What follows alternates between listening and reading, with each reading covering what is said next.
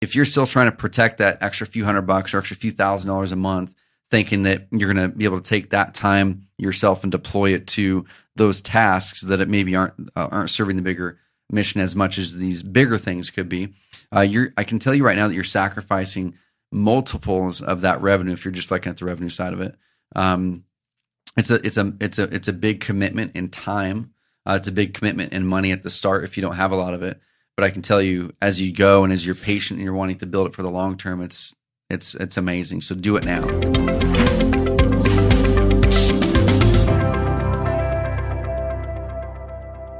Sweet. I got a special treat for everybody in Carrot Cast land today. I think that's the first time I've actually said that on a podcast, Carrot Cast land. But a few different things. This is the first Carrot Cast I've ever recorded in our studio here in Roseburg. We've had this like amazing studio here in the loft, our offices, thousands of dollars invested into it. Other people use it. I don't use it. And this is the first one. So I'm pumped about it. So the audio quality is probably going to be the best audio quality you've ever heard out of a podcast. Let us know. Give us feedback. Ever. Any podcast. No, any Carrot Cast for sure. Because my usual Carrot Cast is like on my cell phone right here. But give us feedback. We'd love to hear feedback, y'all. But my guest today is a guest in the podcast, but not a guest to Carrot. Jen's been here well before Carrot. And we'll kind of dig into her story. But she's been working with me as my, I guess you would call it executive assistant now. Before it was just kind of assistant. And now we've actually given a real title. Yeah.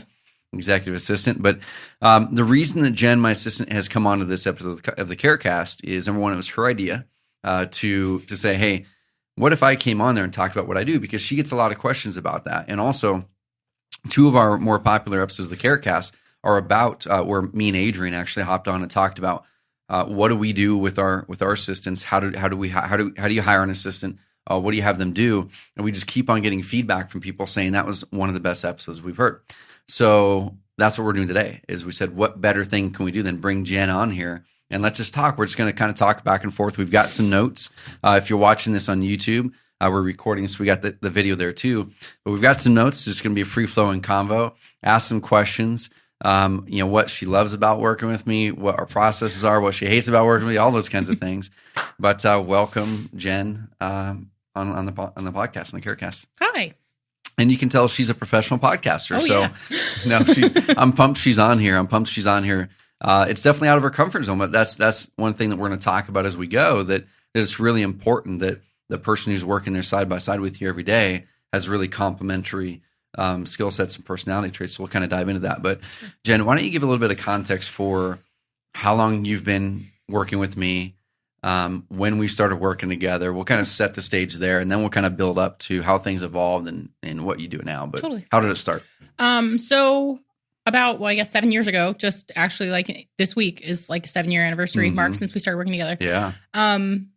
I was looking for something like really part-time and heard that you and Patrick were looking for somebody for your publishing company that you had then, just kind of posting stuff for like on blogs and stuff like that. So my husband actually met you in a coffee shop. Yeah, and I remember that. So you guys became Facebook friends and you posted something about it on Facebook. And then I was reading a book, like, because your husband, he was in the mode, he had his own business, right? Yeah. And so I was reading a book, and it was a book that he had read, and he just popped over and was like, hey, I think it's a book he read, and it was a book that he was interested in. And he's like, hey, do you like that book? And so he started it off, which was really cool. Sounds like yeah. So you guys became Facebook friends, and you posted that you were looking for somebody like 5 to 10 hours a week. And within 3 or 4 months, it evolved into like 20 hours a week. And then all of a sudden it was like, a year. And then I was working full time. And and it was funny because I remember like there was a period of time where it was either like I was probably going to end up working with Private Money Blueprint, like the other company, or working full time with you. And it was kind of like which way do you want to go kind of a thing. And you made the right decision. I think so too. But yeah, so that was kind of where it went. And that was kind of cool. It was funny too. I remember like right before I had my second kid, we talked about it too, that I was still like kind of part-time at that point. Like I was working like 30 hours a week. Yeah. And then you were like, how about you just make this full-time, which I thought was cool because I was pregnant. So it made me feel like at least I knew you wanted to keep me around after I had her. Yeah. I wasn't going to bag you. No. You're done now. and that's the thing. Like even during that short amount of time, we had evolved a lot. Right. And we're going to talk about the struggles that I had early on giving up things and and some of the struggles that you've had and just communication with me and things like that. Because I think they're normal, but they're things that you've got to work through. Big time. And it's almost like, it's kind of weird saying it, but it's almost like I've got Carly, my wife, at home, and then Jen's kind of my work wife, where she knows everything about me pretty much, and probably some things that she didn't want to know about me. And there's a lot of things that she does for me that you guys and gals listening to this episode of the Carrot Cast are probably going to go, wow, Trevor's lazy. But it's been an evolution. It wasn't day one where I said, hey, can you schedule my haircuts and make sure I have lunches and things like that? Totally. It was as I was going, Jen would notice opportunities to add efficiencies.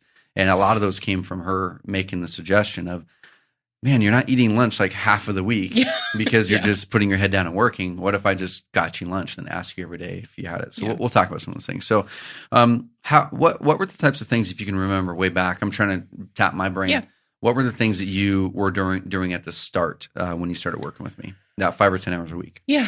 It was mostly like learning, which was interesting for me because I was really, really low tech. Like I did not understand.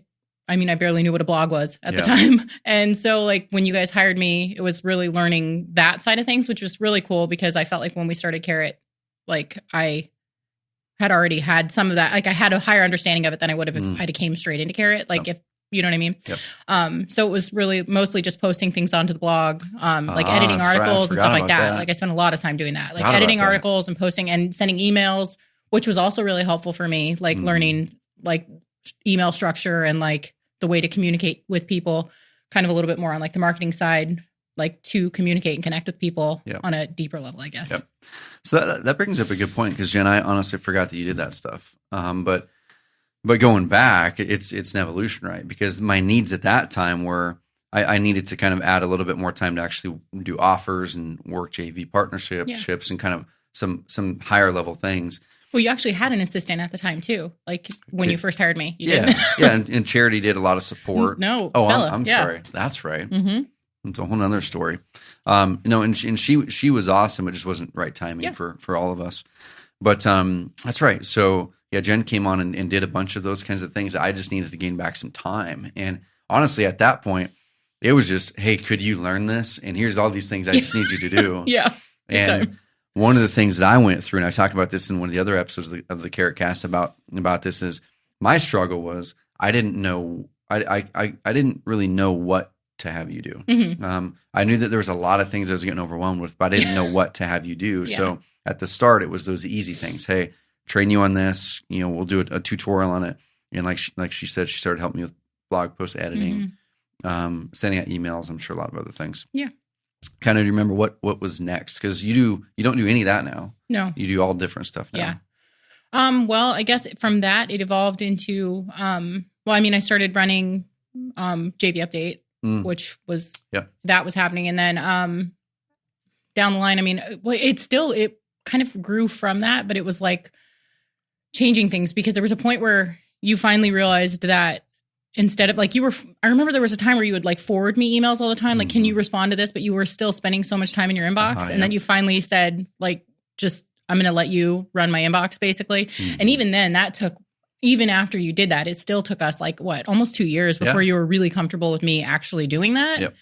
And then same with your calendar. It was the same kind of a thing. You would say like, schedule this, but you were still doing a lot of it. Like you were still putting a lot of things on the calendar, and now you hardly ever do. And when I do, I mess it up. Yeah, most of the time. Usually what happens. And so that's, and I'm always like, I feel like I'm always asking you like, did you notice that this was here when you put this here? Like you put that on the calendar? It's kind of funny. No, I didn't. I missed that. So I love that, because kind of what I see there as I see the evolution is it's not that you hire an assistant to do these tasks and those tasks are what you hire him or her to do. It's you hire that assistant to help unlock and unblock you no matter where you evolve. Mm-hmm. And so the work that I was doing back then was a lot of tactical execution. So therefore, Jen was helping me execute those things. Sure. And then it became, oh my gosh, my inbox is kind of getting overwhelming. What if I could gain more time? And it drained my energy too. Yeah. It just, in anything like that's following a process drains my energy. I like creating process, but I hate following it. Yeah. And so a lot of those things, the JV Update thing, right? I created the process, but then Jen followed it to actually fulfill the daily duties of this other business that I just sold last week. Yeah. High five on that one. Yeah. Yes. So one less thing. That's right. So then as we go and grew, and as my role evolved, what are the things you started to step into after that? So you took over my inbox probably 4 years ago? I don't know. Yeah, at least. Something like that. 4 or 5 years ago. I think it was right after I had Annabelle, so probably like pretty close to that time. Yeah, and we'll talk about all those. We'll drill into some of these more important ones later. We'll say what were the steps that we did there. And you took over the calendar and all the scheduling there. Yeah. Managing the loft. So our office space here. So everything. And that was another goes one of through those Jen. slow kind of things. Like you started giving me little parts to do with it, and then finally realized that I was doing most of it anyways. Yep. Which happens, I think, a lot of times where it's like you'll give me little parts of things, and then you just keep giving me little bits of it without realizing it until, and maybe you realize it. Maybe you're more aware that it's happening than you. I'm not strategic. No, it's usually it's like little things, and I'm just like, why don't I just take all of this and just do it since I'm already doing 3/4 of it or any of that. And then, I mean, it was the Yes Group. Running the Yes Group was the same thing. I mean, it went to a point where I was coming to you for like, you were doing most of it. And then all of a sudden by the end of it, I was running the whole thing. Yeah. I mean, you usually kind HR was kind of the same HR. way. Yeah, HR. So right now at Carrot, and that's going to be something that eventually soon, and hopefully she's not doing, but it's kind of one of those things where these things fall back on you as the entrepreneur, and you need someone who honestly is higher follow through than you. And that's where, if I were to pinpoint, where do I have Jen helping me a lot with? It's when it's something that needs consistency, but I have a tough time being consistent with. Totally. If anyone's listened to the episode of the Carrot Cast where we talk about the Kolbe score, KOLBE, we have everyone go through the Kolbe score here at Carrot. Do you remember what yours is, Jen? Or not off the top of my head, but it's like the exact opposite of yours. It's so you're like high where follow you're through. you're like low, like a 3 on follow through, and I'm like a 7. It's somewhere like Yep, around there, and then quick start, which is kind of like visionary. I think Fact Finder is the only one where we're like pretty similar. But I think I'm a 6 on that. Yeah, I'm pretty high on which that is too. which is why I sometimes take too long to make some decisions, is because I feel like I got to get another fact, and I don't like that, but it is what it is. Yeah. So she's, if you take the Kolbe score, I'm a 2 or 3 follow through, I think 2 follow through, 8 quick start. And Jen's not completely the opposite. And that's one important thing that I've found is if you get someone that you're working with closely on the day-to-day, whether it's a co-founder of yours or your executive assistant, that if it's 2 off, I think they say if it's 5 or more numbers off on an important item, that you're going to see conflict. Yeah. And maybe other than quick start, I don't think we're like so far polar ends of the spectrum to where we have a lot of conflict. We have things we need to work through. Yeah. But I feel like we've gotten a lot better about most of it, though. I think quick start and follow through are the two that where like the biggest gap is between on our scores. Yeah. But, so I've got a few questions walked down here. We kind of talked a little bit about how it evolved. I kind of opened the door about personality traits, but is there anything there on the personality traits side of things that you've noticed between you and I where we operate differently and we've had to deal with it, or where, oh my gosh, these are the personality traits that an executive assistant should have? Well, I mean, for me, I don't know, I joke about it all the time, but I frequently feel like the mom of like the whole Carrot team. Like I feel like your mom a lot of times. I feel like the mom of like the whole Carrot team overall, really. But and I think that, it's just that like need to like nurture and take care of other people. And I think that that's a really important thing, that you have to have that to be an assistant, because if you don't like genuinely want to help people, then you're going to suck at doing this, because it's got to be, unless it's something like you're using it as like a means to an end, like you are being an assistant to get somewhere else, like to a different job.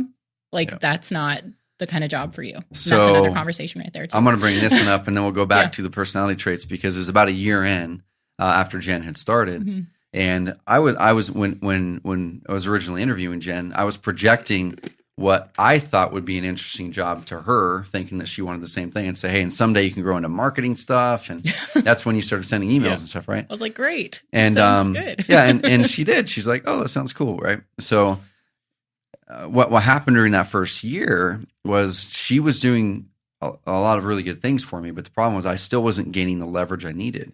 And it wasn't because of her. At the end of that year, I'm like, man, I don't really know what else to hand Jen, because she's already doing this and already doing that. But I do know that I need help. Like I do know that I'm working in too many things. I'm slightly overwhelmed in some things. I'm behind on some things. And so we had that kind of year review. And I asked a question I should have asked at the start, which I suggest everybody ask this. And I said, like, what do you want? Like, where do you want to go? What do you really truly like to do? And do you remember what you said? Yeah, I told you I really enjoy doing this. Like, this is kind of an ideal job situation for me to be able to like take care of somebody else, like to help guide and like, I mean, help implement things and guide you through to help you be more successful, to help the company be more successful. Like, I feel like I do really well in that role, and that felt really good to me. Yeah. And a lot of the random things, right? It was just kind of what I had heard is basically, I just want to do whatever I'm needed to do to serve you and care for you in the team. And there wasn't really much of a team at that time. Us at that point. Now we have a couple dozen employees, but and that hit me because I'm going, oh my gosh. So all these things that I have been continuing to do myself because I didn't want to burden Jen with them. I thought that in my mind, I'm going, this is kind of like crappy work. And therefore I didn't want to hand her crappy work because I want to be on the creative side. I want to be doing podcasts. I want to be doing this. I want to be doing that. I'm talking with partners and working deals and doing content and doing some real estate stuff and whatever. And when she said that, I'm like, oh, like the clouds parted almost. So definitely. What are a bunch of those random things that you do for me that people would probably look at and go, well, yeah, you are like my mom or, whatever. What are the random things? Well, okay. So obviously, like you said, lunch stuff, I do a lot of that. I'll do, like even things like little things to me. Like, I think it's interesting that you'll, be doing like a call with the team or something and I'll get you a glass of water. I mean, like random stuff like that. Yeah. You notice that stuff. I mean, you notice my glass is empty and you know that I'm trying to drink more water and therefore water magically shows up. Totally. We had a period of time where I knew you were trying to change your morning routine like you are right now. But, and we woke up and I was texting you at like 5:00 in the morning to wake up. I mean, there's random things like that. Schedule my haircuts. Yeah. Schedule your haircuts.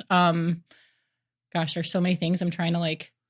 You'll even take my car for I've done that. Cleaned or oil checks, book my flights. Yeah, book things like detailing on your car and stuff like that. Clean your office. Clean my office. Reply as me in my inbox sometimes, not all the time, sometimes. I do. Well, like going back to cleaning your office, there was even like the things where there were things where like you were working out in the office a lot, so like we ended up getting like a hamper in your office. Yeah, because I wasn't taking my clothes home, so they got a hamper so it contains my dirty clothes. But then my wife walks in and she's like, that's gross. You need to get those clothes home. So I still need to get the clothes home.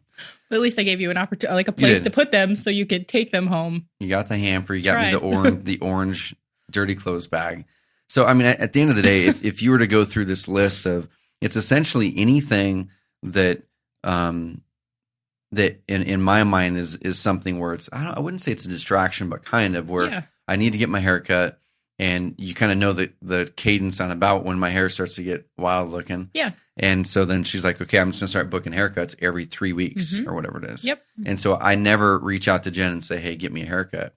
I just know going into that week and she says, you have a haircut on Friday. I'm like, cool, sweet. I've got a haircut. I didn't have to think about it. And a lot of this stuff for me, I've heard it from Steve Jobs and some other people. There's a concept called decision fatigue. And what decision fatigue is, if you look at Steve Jobs and that he wears the same clothes every day, it's like the black turtleneck thing and jeans. And you'll see other people that do something similar. The concept of that was so they could wake up in the morning and not have to make a decision. So they'd eat the same breakfast. They'd do the same thing here. They do the same thing here. Everything was mapped out. So there were no decisions until they could reserve their decision-making power for the big important stuff.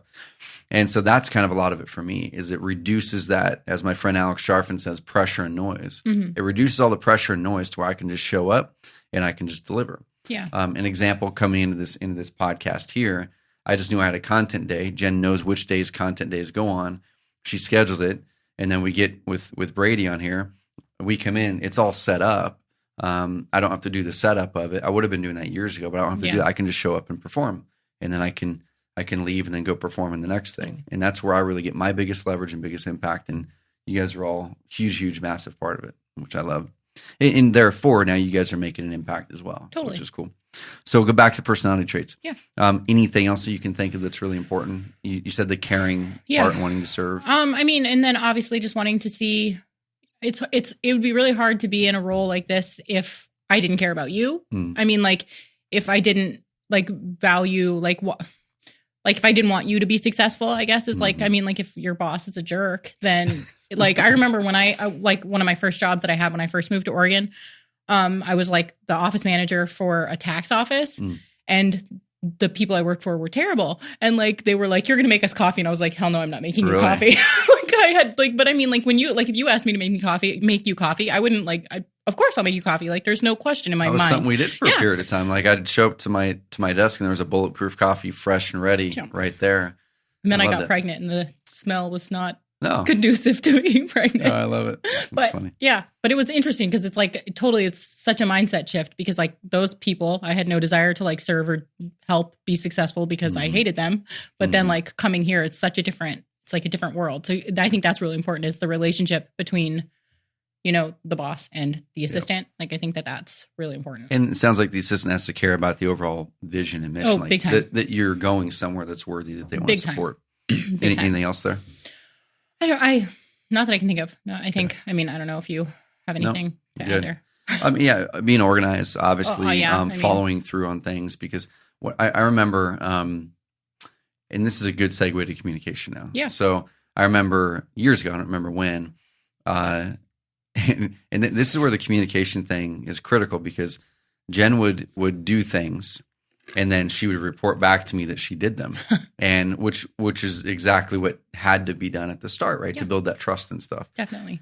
But then eventually, and being honest, it became annoying. I'm like, I don't need to hear about the thing that you just did that I asked if you could help me with it a week ago or yesterday or this morning, and it wasn't that it wasn't anything that I was like trying to be a jerk. Yeah. It was by me. I at that point I fully trusted you to follow through on it.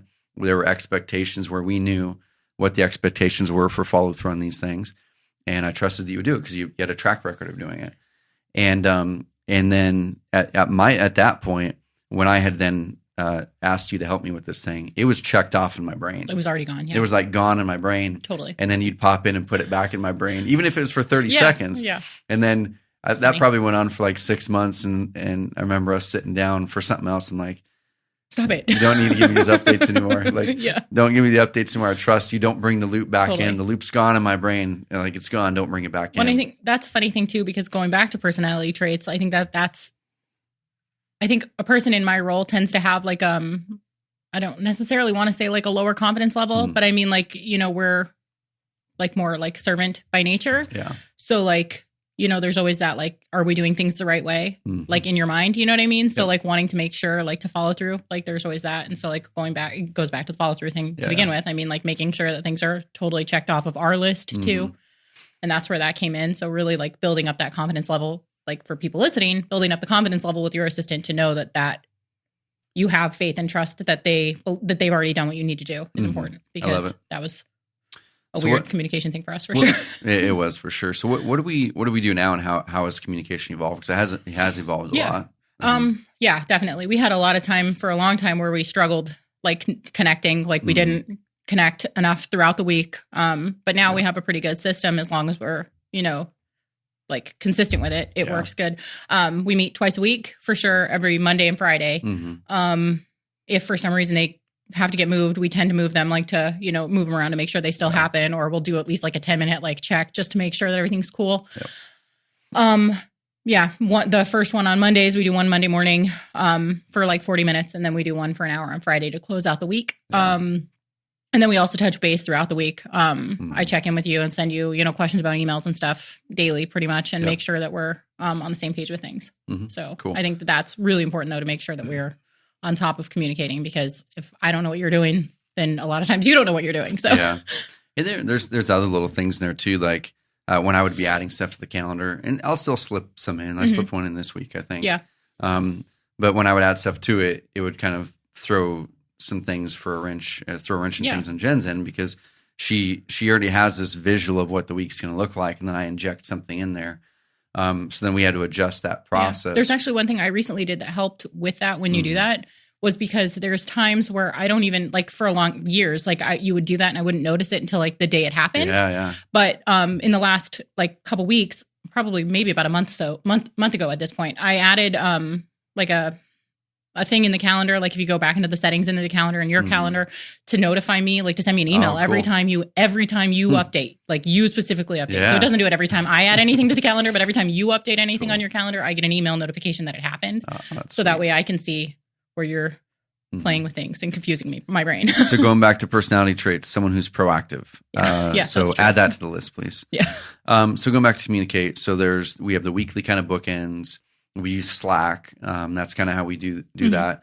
One thing that I'll throw in there too, that it's all like an evolution is now that we have a couple dozen employees, there are certain things that the company needs to use to communicate. There's certain things that the company needs to use to get projects done and tasks done. But then there are certain ways that I just communicate better. And so I had a struggle with this before where I thought that everything that I had to do had to be through these certain channels that was the way everyone else communicated. Totally. And you know me, I struggle with Slack sometimes because there's so much in there. Oh, definitely. I struggle with email because there's so much in there. It's my high quick start, low follow through, shiny object syndrome. Yeah. I see things, I get distracted by them, I tackle them. Definitely. And then this happens every day where I go to my inbox or go to Slack for a very specific thing. Like I was going there to get this link that I know is there. Yeah. And then I pop back out of Slack 20 minutes later and I'm like, what did I go to Slack for? Oh, shoot, that link I didn't get yet. You never got it, yeah. Yeah, so for me, I've got to pull out of those systems sometimes. And so text message, so communicate with your executive assistant or anyone that works with you to say, hey, here's the levels of how to get a hold of me. You know, try here first. Yeah, we did that. We did like an exercise that way when I first officially became your assistant, where we went through and talked about like the best ways of communication on both of our, like what's best for me, like, and what's best for you, so that we can find better ways to communicate with each other. Like, I don't know if you remember going through that, but like, and we talked about like how it was funny because we were different in the ways we communicated, but it doesn't change the way that we can communicate just because like it's easier for you to communicate with me different ways and like vice versa. Yeah. It doesn't mean that we still can't communicate. Like, it just means that like I adapt or you find ways to kind of infiltrate. I don't know. It's interesting. We both adapted a little bit. So I'm trying to think of any other communication things. I guess systems and process is a good form of communication. Big time. Kind of let's go into the email example. Yeah. During that, so that's one thing. I've been at a lot of masterminds lately, and when people hear that I might log into email once or twice a week, maybe, and I'm not saying I'm crushing it. I'm just saying I just hardly log in. Yeah. And I know some things slip through the cracks and you're probably frustrated sometimes, but what did we do to make that handoff, if you can remember? Well, so, it took us a few years to really get a good solid grasp on how to do that. And then, obviously building out the team helped too, because it gave me other resources to send things to when we have like questions come up from customers and stuff. But realistically, it just came with you, which I think really was important for like about a year or so. When you would send me emails and say, respond to this person this way, it really helped me see the way you were responding to people and the way you wanted me to talk to people. Yeah. And then it made it easier. So if I do respond as you, which I try not to, sometimes I won't sign an email and that means that it's from me, but I don't actually say that it's from you, but it doesn't, like, it's unclear who it came from. Usually it's a transaction like thanks. Yeah, exactly. Like I try to keep them because I don't want people to like feel like we're like trying to pretend like I'm, you know what I mean? Yeah. Like I feel weird about it. So, but I'm usually pretty upfront. Like, this is Jen, just to be clear. Like, and, but I think that really helped going through that year of really blocking out like how you would want me to respond to people and really like breaking it down that way. So I didn't step on any toes or do anything weird when I'm talking to people, like how Jen would communicate versus how Trevor would communicate. Yep. So I think that helped a lot. Yep, that's a biggie. So kind of like defining the style, how the style of the communication in the emails, and certain kinds of emails, like where like if I can just send it to somebody else to deal with, like, and I still tend to respond to those people and say, hey, like we saw this is done, but like sending it to somebody else to deal with. We're still doing that. Like there was one the other day. So that's the next thing is a lot of people are afraid of having someone access their email because they're like, there's no way they're going to be able to handle that. And that's how I was at the start. But what happens is, like Jen said, it's a process. It's an evolution over time. And so at the start, I think there was probably one type of email that you handled. Yeah. And then there was the feedback loop, right? Okay, sweet. Now it builds that trust. Yeah. And now I can just know, loop out of my brain, check mark box that all those types of emails Jen's handled unless I hear about it. And then we can talk about it. And then she might go down the list and go, okay, well, I have a question on this one. I have a question on this email. And then cool, that's a training opportunity. Yeah. So what a lot of people look at it is, oh my gosh, well, I'm just going to have to answer that. It's going to be quicker for me to answer. It's like, no, she sends it to me or we discuss it. And a lot of times we wouldn't do it as much now, but early on you'd bring in a list of emails for a Monday meeting or Friday and we'd go through them and I'd discuss them. You'd type it out. So you had ownership in the typing it out, you'd learn it. And then as those types of emails started happening, she now has these processes to tackle them. eventually what happens is almost all 99% of the scenarios of emails that come in now have a process. Yeah. And then the 1% or 2% that don't have a bucket for me to tackle. And those are usually ones where I am critical in the conversation because I like opened it, or it's something where it's a friend of mine and we're working a deal, and it'd just be weird for someone else to answer it. So that's the email side of it. Anything that you feel that we're not doing good there that we're going to keep working on, that we need a system for? No, I mean, we run into, communication gaps. I mean, where, it goes back to Slack or something like that, where it's harder because time crunches and things make it difficult for us to actually go through those kind of high level emails. But I think that's just always going to be an issue. I don't really know if there's a huge way to work around it besides what we do, but we would stay on top of it. And I feel like I don't feel like people get super frustrated ever in your inbox. I think I've seen one in the last 4 years where somebody was mad that we didn't respond yesterday. I don't know. People are generally pretty cool. Yep. I love it. So last one in my mind on the communication side, we'll kind of buzz through some of these other ones. We won't spend that much time on the other ones, but the communication one's a biggie because if you don't nail this, then definitely. Everything else is going to fall apart. I think that was where our biggest problems ever have been was in communication, our entire 7 years together, has been there. And I remember, even probably a year and a half ago, you brought it up to me and we've got to get this figured out because I don't remember if I was gone a bunch or it was a mixture of being gone and just ignoring stuff. I think between the both of us, we didn't value my appointment with you as much as we should have. Neither one of us were valuing it enough. Either both, we kept bumping it. I would find somebody else. It goes back to that self-confidence thing, realizing that my time is equal as valuable as somebody else on the team. So I would say, okay, somebody else can have my hour and give it to somebody else, or let you use it for recording or something. You were doing, and because I was doing it, you were doing it. So it was just became I don't think you didn't value it, but I think you didn't see the value in it because I didn't see the value in it. So I think for me, owning that time slot was equally as important as you owning it. Non-negotiable, right? Yep. So kind of finding your non-negotiables with your executive assistant, the non-negotiable communication stuff, the non-negotiables that you as the CEO, that you're going to say, even though this might be hard for me to do, I'm going to fulfill on that. Definitely. And maybe not 100% of the time, but I'm going to work my butt off and making sure that I do this so you can do your job well and know that you're valued. And then vice versa, there's the other non-negotiables of maybe, types of replies, reply by this time or, whatever it is. So, or habits that you're trying to work on, or I'm trying to work on just having help with that. Yeah. Saying, you just make sure that this is done every day at 9:00 or whatever. Definitely. Creating systems for that. Yep. Systems. We went through and we recently just kind of reevaluated the whole daily communication and the way that works together. And I went through and created a whole task list system in Asana that I go through a checklist every day and go through and make sure that there's nothing skipped or missed each day, which is, it's things I was already doing, but now I actually have a checklist that I go through every day, which is, it's funny because it's I look at it and I'm like, oh, I already did that. I already did that. But it's but it's cool because it definitely helps day to day. And then I actually set up month to month and year to year and everything for it. So it's pretty cool to see that kind of broken down that way, I guess, as a system for, I don't know. I love it. Better communication. So going into openness and transparency, literally a little story just popped up. Not a story, but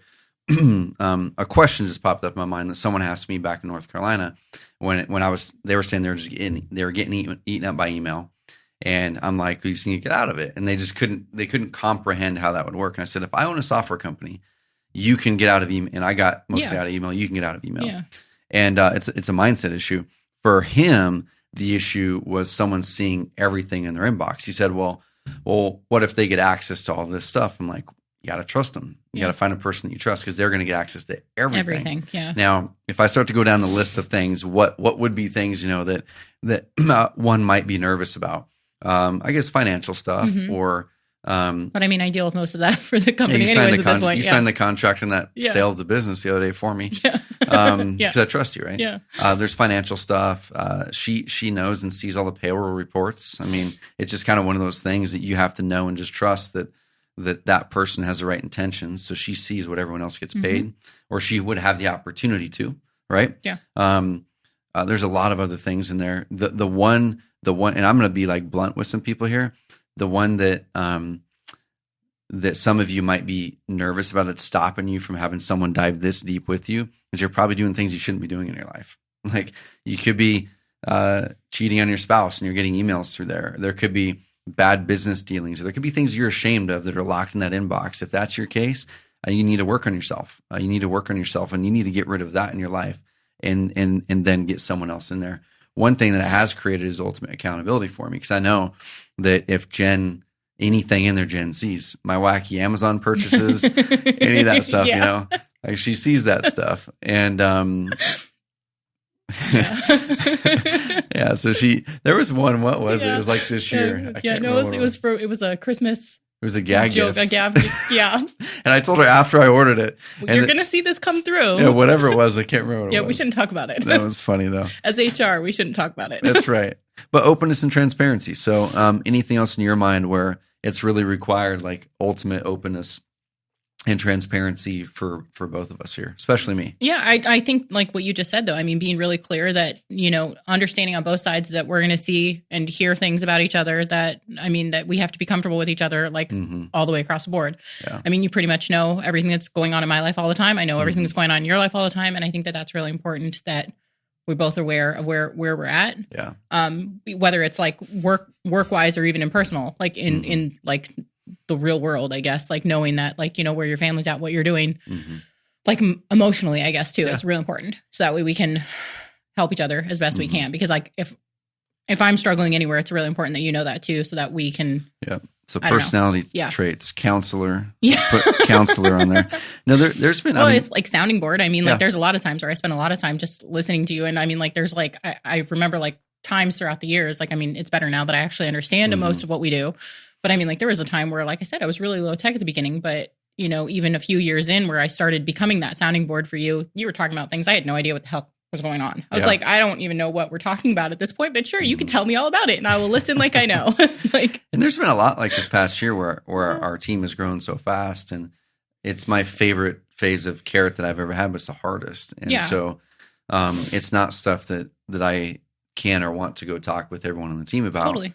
But Jen will come in there for a Monday meeting, and then I hijack it with basically just kind of like brain dumping on her, what I'm processing at the moment. Totally.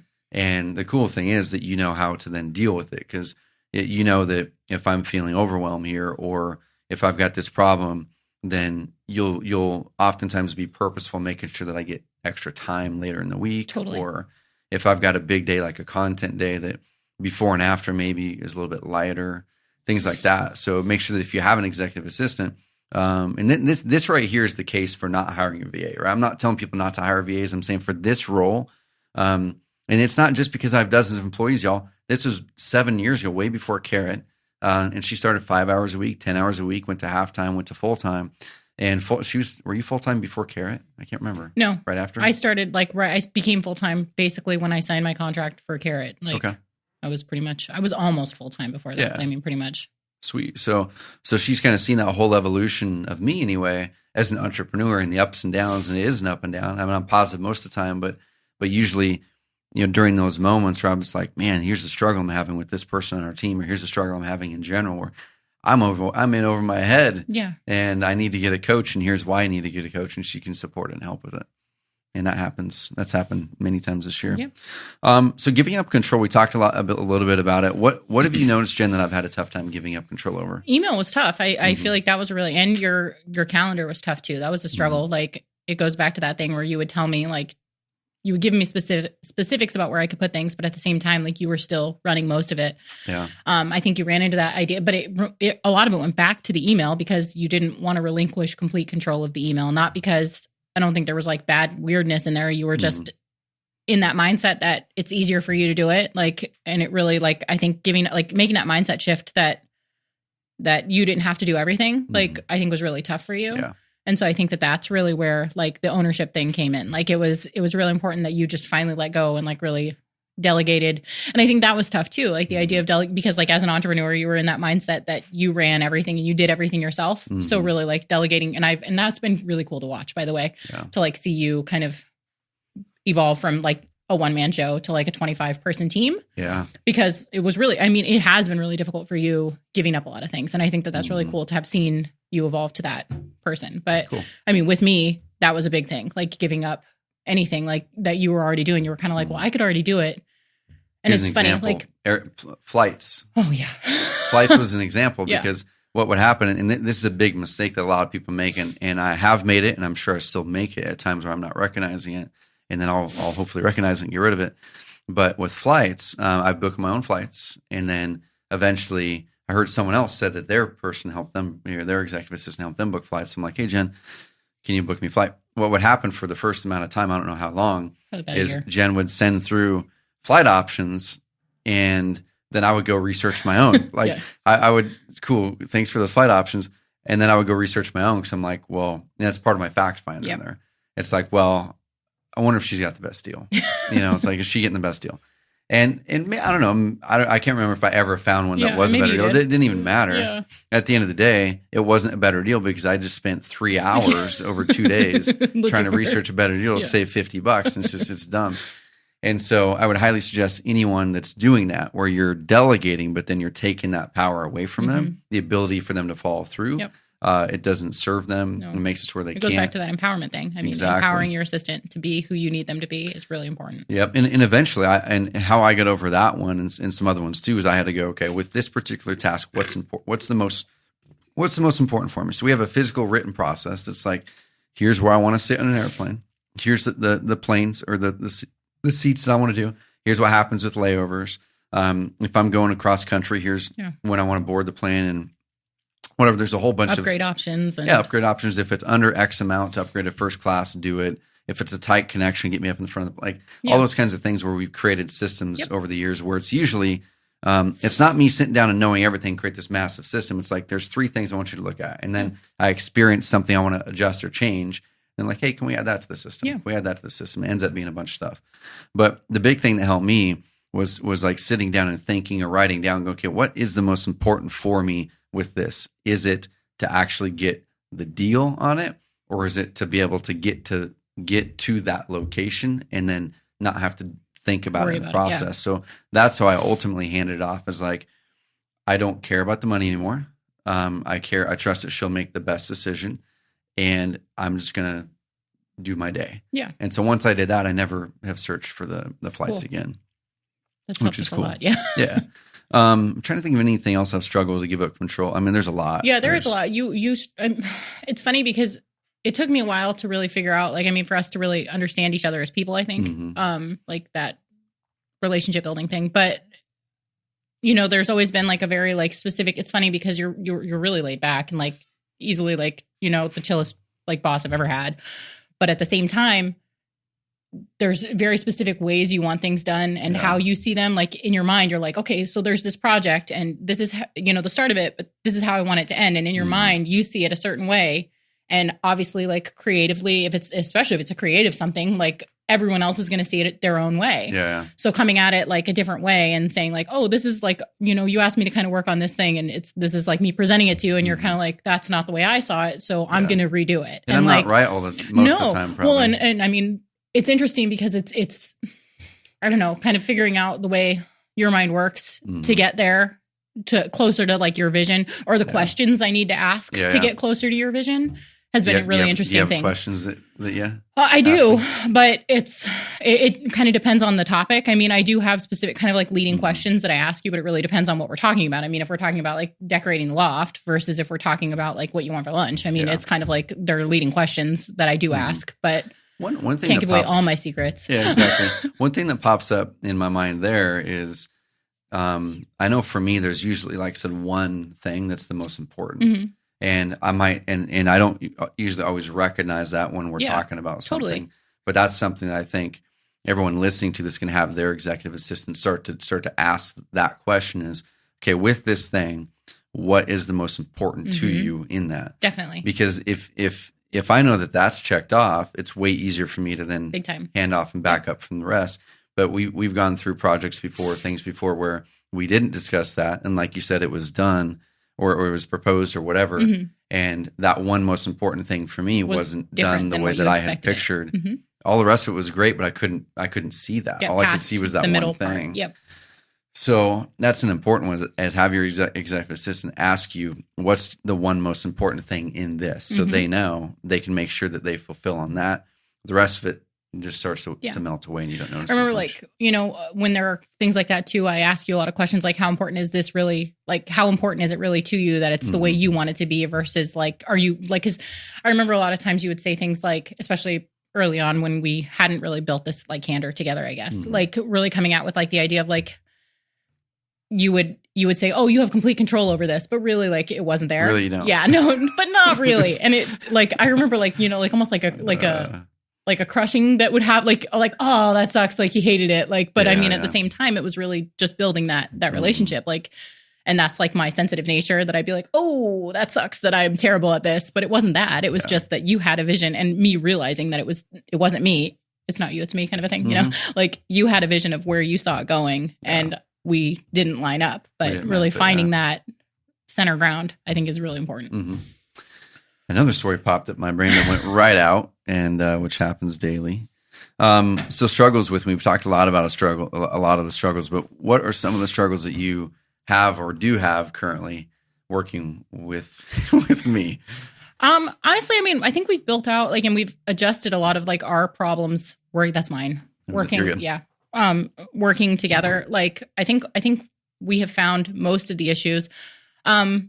I think with most people, I think it's really important that as an assistant, I mean, I said that like I'm sensitive, but also you also have to kind of develop a bit of toughness as an assistant, that it really is not about you. It's about the other person, and kind of getting past that thinness of skin for yourself. Like, because I know there are times where it's like, and then really like communication, like if you're communicating in like Slack or in a text that I can't hear your tone. Yep. And so like, you know, for years, like I would like take it so to heart. Like if you'd say something like, you'd be like, I want you to fix the way this is. Like, I can't hear your tone. And I'd be like, oh, Trevor's so mad. He's going to kill me. Like, and like, you were never like, I'd come in and you'd be like laid back, totally chilled. Like, yeah, it's totally no problem. Like, no big deal. We can fix it. And I'm like, oh, I've been like stressed about this thing for like a week because I'm crazy. And that's a lesson back my way too. Right. And I'll catch myself still today where I slack it through. I'm like, well, and now I just go, well, she knows, like she'll interpret it the right way. But then there are some times where I'll put a disclaimer in there. Yeah. You're like, not upset about this, by the way. You can't see my tone, but I'd like to adjust this. And that didn't quite end up the way that I thought it would, kind of thing. Yeah. So that's a big communication part there is that there was, I think having that idea that if you're going to have conversations that could go that way, especially before you really get to know each other, that having those conversations that could go that way in person or like through Voxer or like an audio recorded message make a whole lot more sense than going through text. Because if that person takes that the wrong way, it could really lead to some confusion and hurt feelings, which sucks. But so I want to bring up something that isn't on the list, but just popped up, and you and I haven't really talked about it in a long time. So this will be us talking about it. Time boundaries, because that's something I'm really guilty of. When something's on my brain, I need to get it out, and it gets sent out somewhere. Totally. And sometimes it might be 11 o'clock at night or 5 in the morning or whatever. I'm not texting you at that time, but it gets sent through somewhere.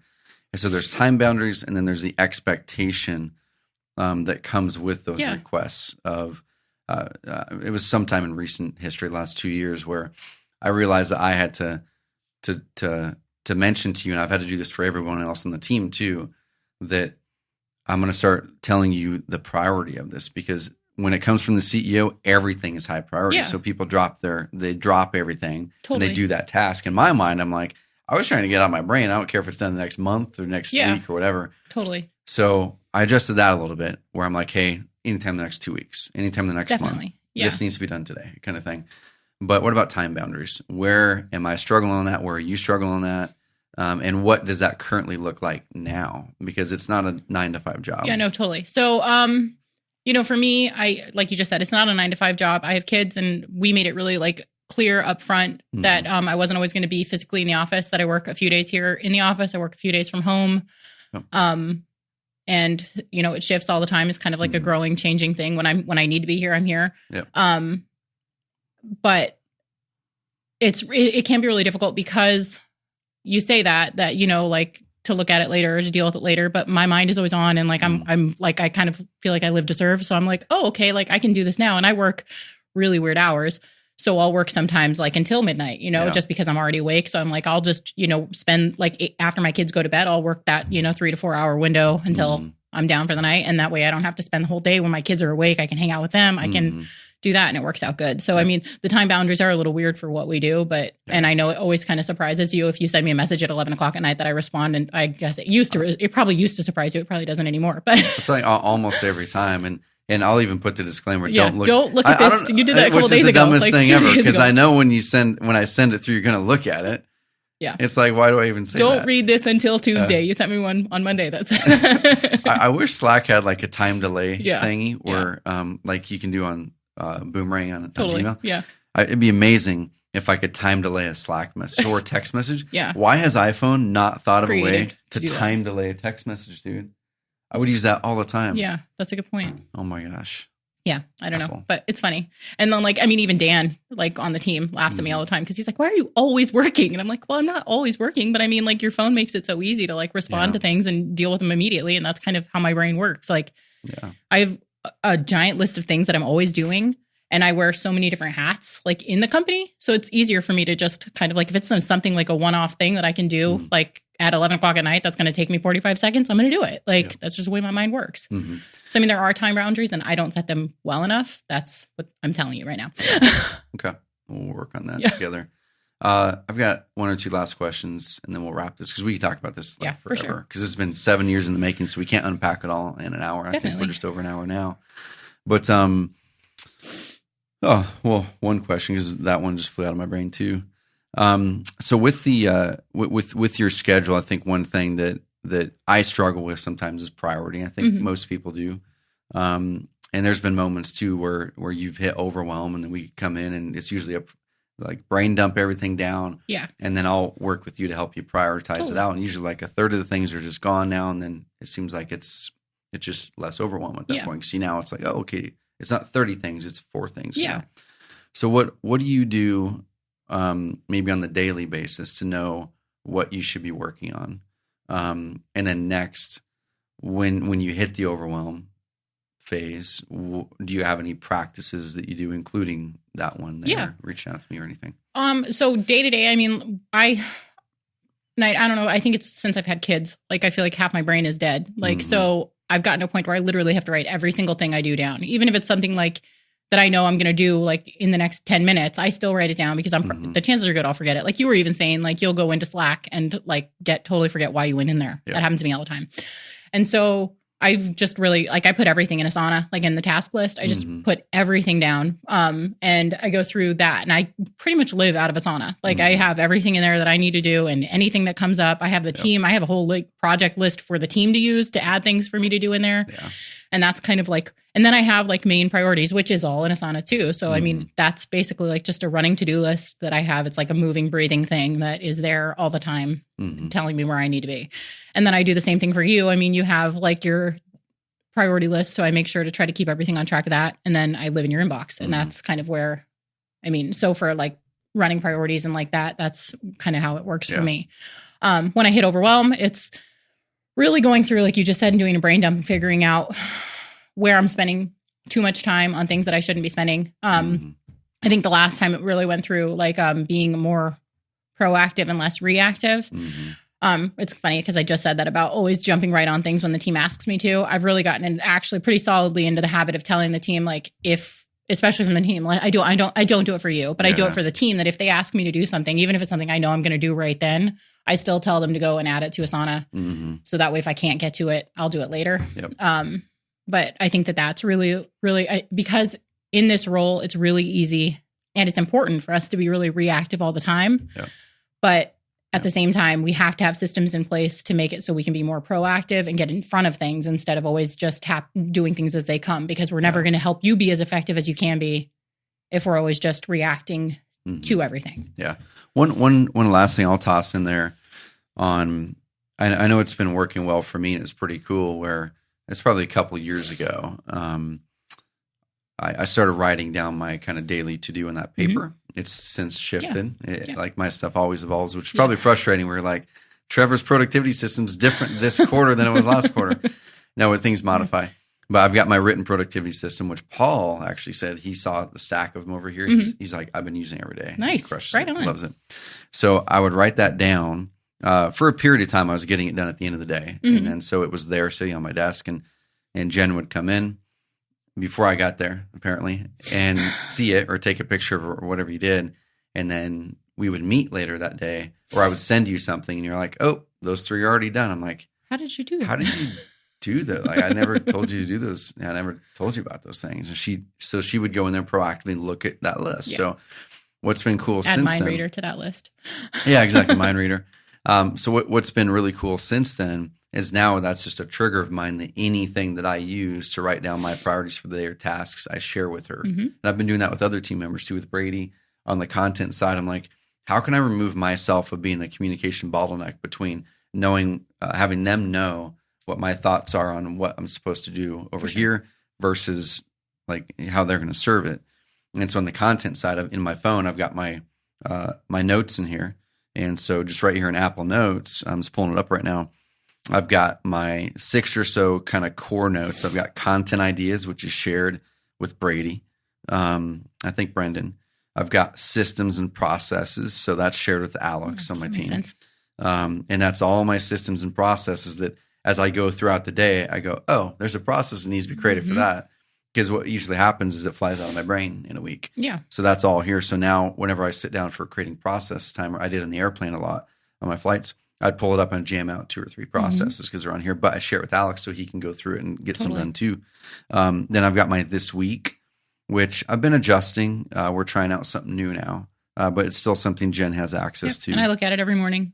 Or has that been helpful? Yeah, it does. I mean, because there are things. Today's the only day I haven't done it in like 2 weeks. No, yeah, and I mean, you're really good at telling me when you need me to do something. So you'll frequently tell me to do something, and it's on there. But I mean, like there will be random things that I know I can do that are on there that I'll just take and then just like what was it? There was like a check on there that you needed that I just went and got you a check and got it all ready for you to go. Like I mean, like random things like that. But it does help because it is like a brain dump for you. That's kind of what it's become. Yeah. And so it helps me feel like I can get more into your head, which is weird, but it helps, I think, both of us. So it's I love it. So everybody working with an executive assistant, have somewhere where you're dumping the open loops. And that's the way I treat it, is any open loops that I've got to deal with and close, they go into this one document, and Jen has access to that.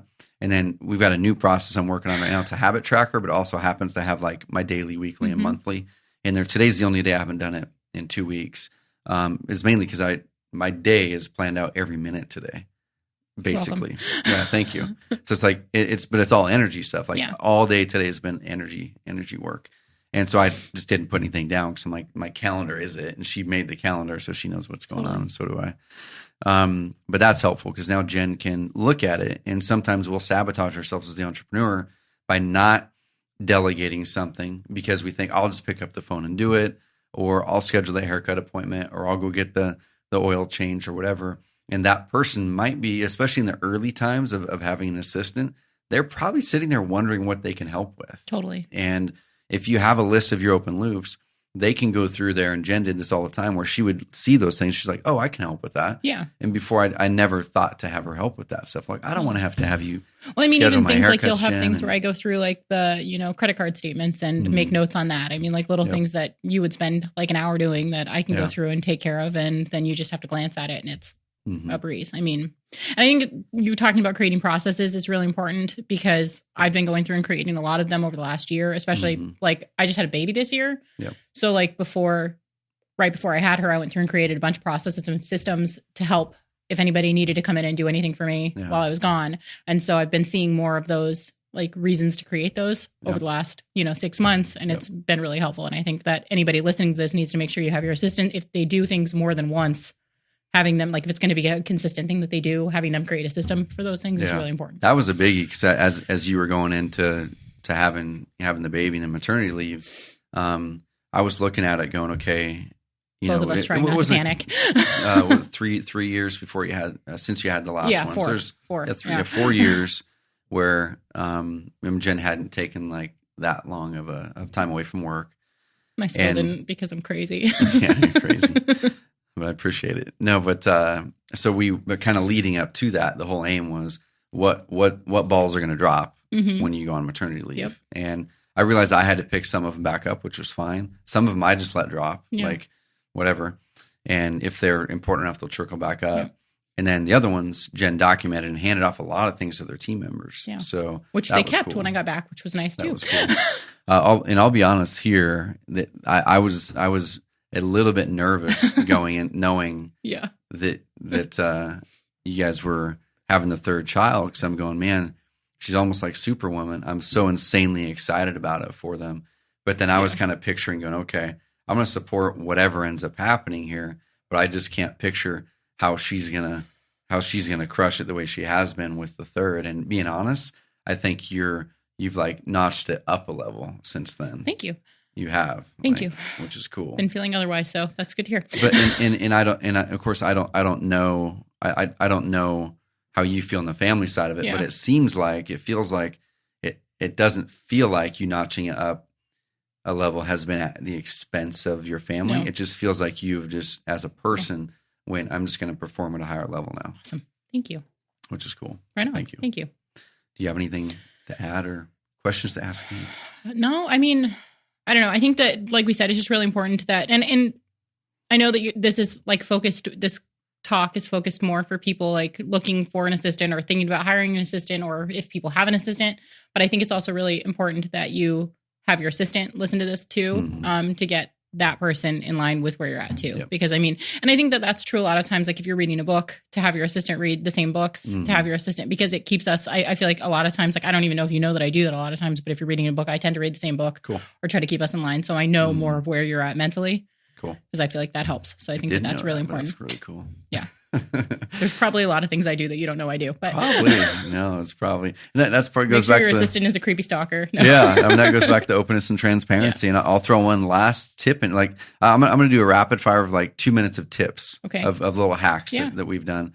One of them, I've been really I was always historically really bad at not getting the family stuff on the calendar, and then it would get booked over. Not your fault. But then I would want to fulfill on both, and I always was late to all family stuff, and it created some tension between my wife and I in those moments, just during those. Like Trevor's late 5 minutes for everything, and I've gotten better, but I've not nowhere near solved that at all.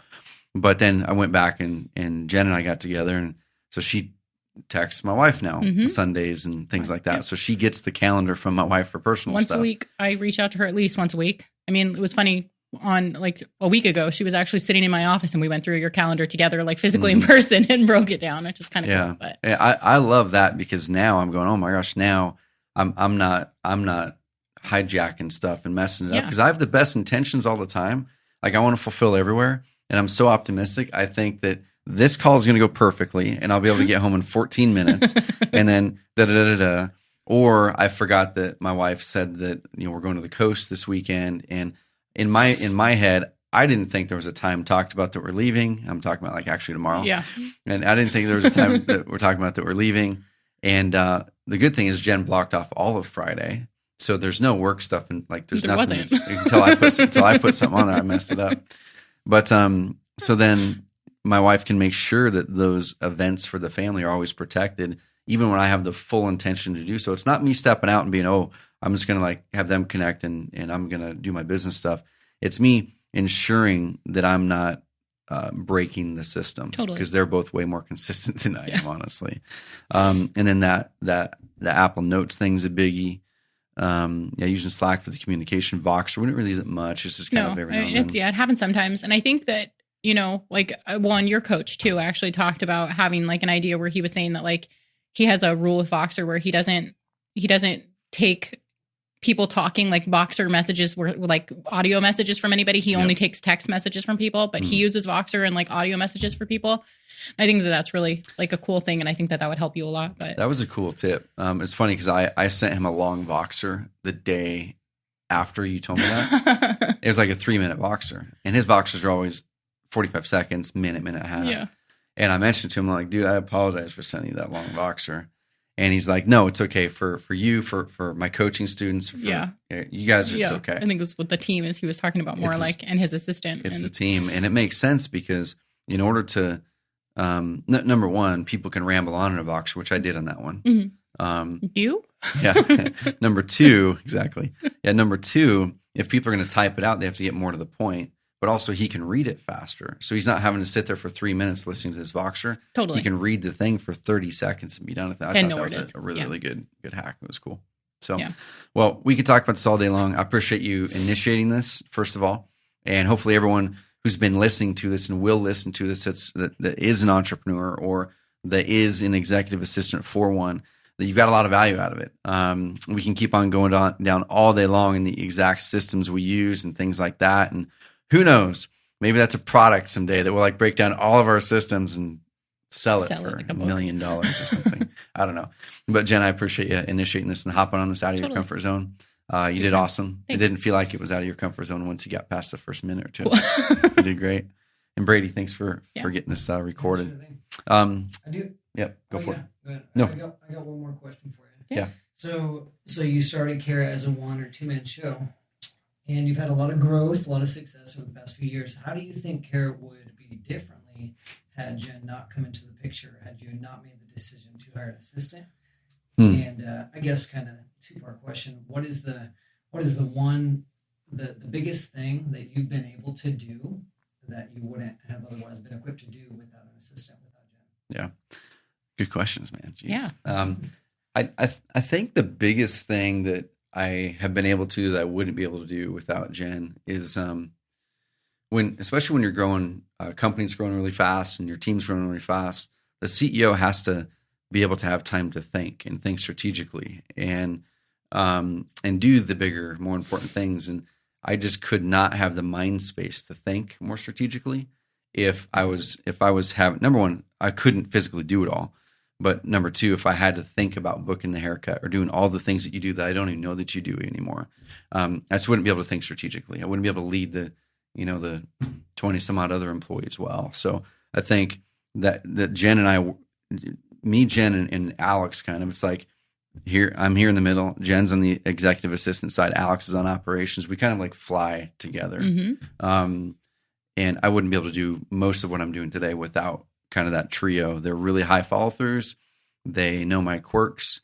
We're okay with them. They're okay with them. They put up with them. They're okay with baking into systems that work for me, even though that no one else uses those systems sometimes, or everyone else has the expectation where everyone else has to use Asana. And I eventually am like, I just can't use it. Jen, can you use Asana for me and just give me the list of things I'm supposed to do today?